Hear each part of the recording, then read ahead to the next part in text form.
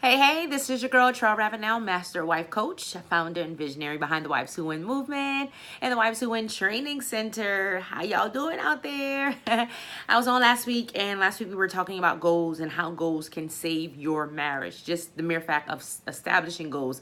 So I want to stay there just a little bit. I want to stay in that zone and talking about goals because these are things that we do not talk about in the church. These are things that we do not talk about in the Christian forum. Although marriage was established by God, it came from God. It's a God idea.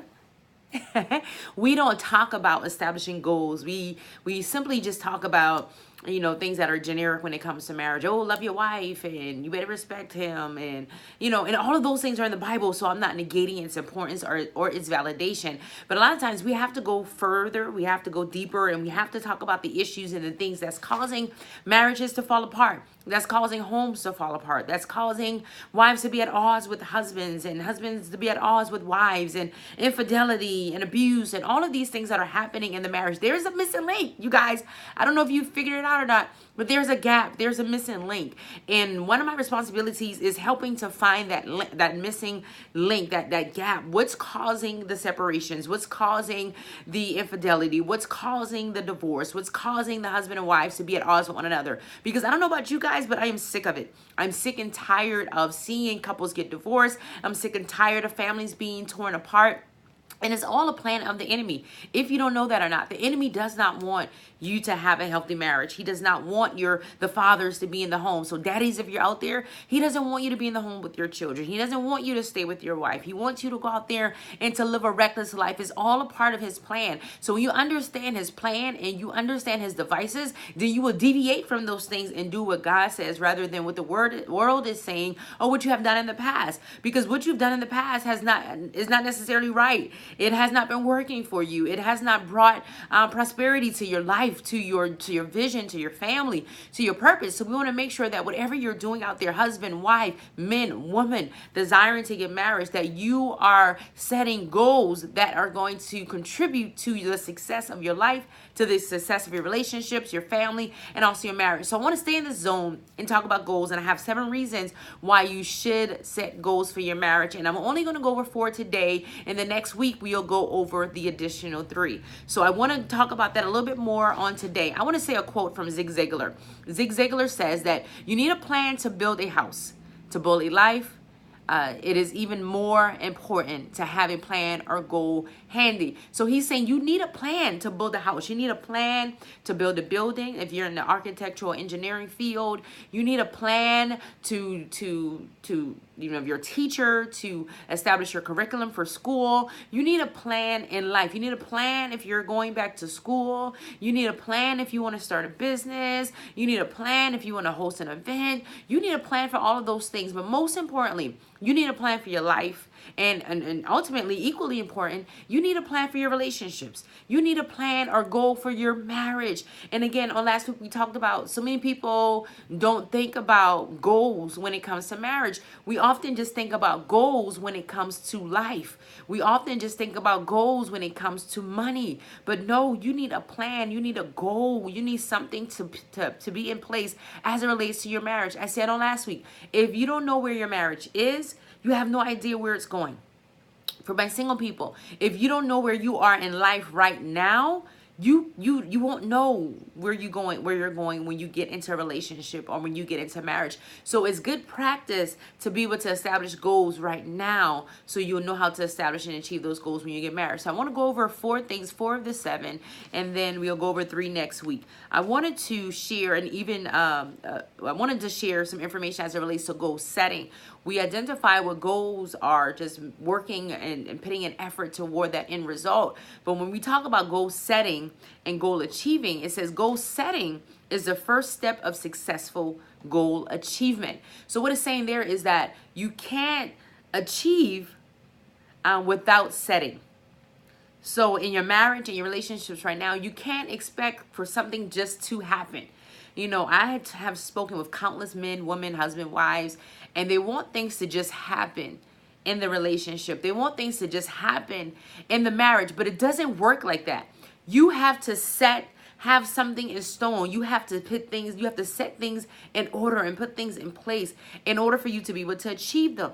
It says it marks your first point towards success. So goal setting marks your first step into being and successfully completing that goal. It's when you switch from being just a passive, being in a passive state, to being involved in your life. So when you have to set goals, right, it switches you from just being passive. Oh, it's just going to happen. Oh, whatever. Or, you know, you're not really putting any thought into it, any energy into it, anything into it. To whereas I have to do something. There's something I have to do every single day to contribute to this ultimate goal that I want for my life, that I want for my marriage. And that's what I want to make clear on today and want you guys to hone in on. So number one reason why you should set goals for your marriage is it helps you to take control of the direction of your marriage. When you have a goal in place, right, it helps you to do things every single day that's going to attribute to that goal. You can't just sleepwalk through your marriage. You can't just say, oh, we're married now, and, you know, I love him, and he loves me, or I love her, and she loves me, and that's all that we need. I'm here to tell you that that's not all that you need. You're going to need more than just the feelings of love and the emotions of love to help your marriage, not only to sustain, but to help it thrive. How many of you out there want a thriving marriage? I know I do. You know, when my husband and I first got together, I told him that I was not going to be unhappy in a marriage. I dare not stay in a situation where I am unhappy. So if you're not doing things every day to attribute to the success of your marriage or the happiness of your marriage, then you're going through marriage sleepwalking. I like to say it's like your marriage is on autopilot. You know, it's just going along. It's just coasting along. And whenever, you know, the autopilot goes off, what happens? It crashes. Your marriage crashes. So you have so many marriages that you see are crashing because they're either sleepwalking or they are on autopilot. Bill Copeland says that when you don't set goals, you can spend your whole life running up and down, not achieve anything.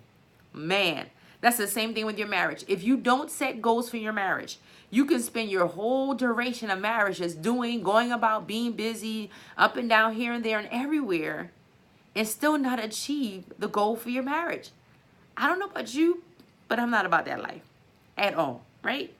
Number two, when you set goals for your marriage, and this is why you should set goals for your marriage, is you get maximum results, right?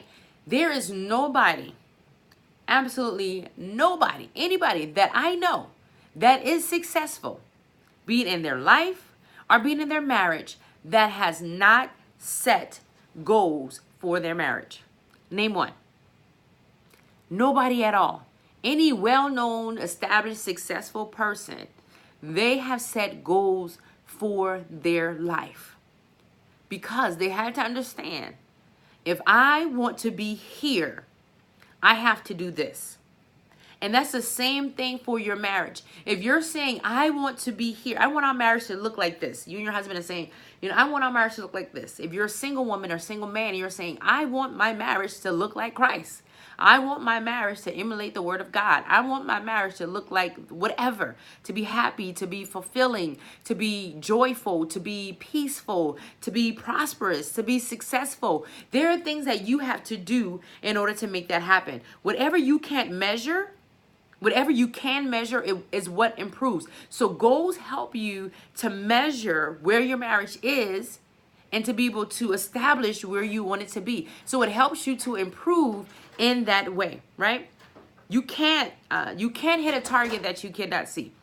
So if you don't have established goals for your marriage, then that's a target you can't see because you haven't put anything in place. And it's very vital for you as the husband and as a wife to equally work together and making sure that you're establishing those goals. So even after today, after you watch this video, if you're a single woman or if you're married, after you watch this video, I want you to take out a piece of paper and I want you to start writing down what you want your life to look like, and then what you want your relationships to look like if you're not married, and then what you want your marriage to look like. So if you're single, talk about what do I want my life to look like if you haven't done that yet. And if you desire to get in a relationship, then marriage, Write down what you want your ideal. What is my ideal relationship with the opposite sex? What do I want that to look like? And be honest with yourself and saying, okay, what am I willing to do to establish that goal? And if you're married, I'm going to encourage you to sit down together with your husband or with your wife to be able to set those goals in place, okay? Number 3, why you should create goals for your marriage. It helps you to become laser focused, right? So being laser focused is you'll be able to focus on that one thing and you'll deviate from all the other things that are irrelevant.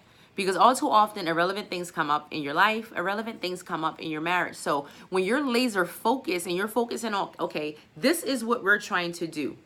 When other things that are irrelevant, other things that do not matter, negative things come up, negative people come up, things that are going to deter you from your ultimate goal or ultimate plan comes up, you will be laser focused because the only thing that you are concerned about as a couple is meeting this goal.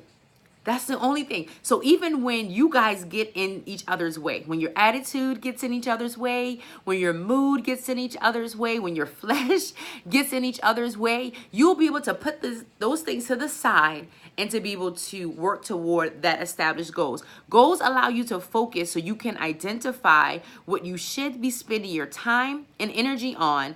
And when you are not, you know how to redirect responsibly and intentionally. So we want to be able to establish those goals, become laser focused so we can point our energy, our money, our time, our talents, or whatever on that thing. And then the number 4 reason why you should establish goals for your marriage is so that you can create a place of accountability. We talked about accountability on last week, and accountability is a major thing, you guys. So many people, they want to go through life just doing life without being accountable. And I can tell you right now, you're setting yourself up for failure. If you feel like you can do this marriage thing, if you feel like you can do this life thing and not answer to anyone, then you're setting yourself up for failure. If you're one of those people that say, well, I'm accountable to God, I answer to God. Yes, absolutely. We all are supposed to be accountable to God. But more than that, we should be accountable one to another. That goes back to that scripture in Ephesians when it talks about submitting one to another and making sure that the other person, you're looking out not only for your interests, but for the interests of others that are going to be affected by your decision. And in a marriage, the husband and wife is going to be affected by the decision of the other person. And that's why it is so important for you to be accountable. So when you establish goals for your marriage, it helps you to be accountable one to the other, because you know that I'm not doing this just for my merit. I'm not just doing this because this is what I want to do or how I want my life to be or how I, want to live, but I'm doing this because I understand that there's somebody else involved and that not only am I going to benefit, but they're going to benefit as well. So we establish goals together so that we both can benefit. Having said goals forces you to be accountable. Rather than just talk about it, you are now obligated. So when you have those established goals, it helps you to be accountable. You go from just talking about what you want to do to actually putting those things in action. Because when you talk about those things and express them in the atmosphere or in the universe responds to you, right?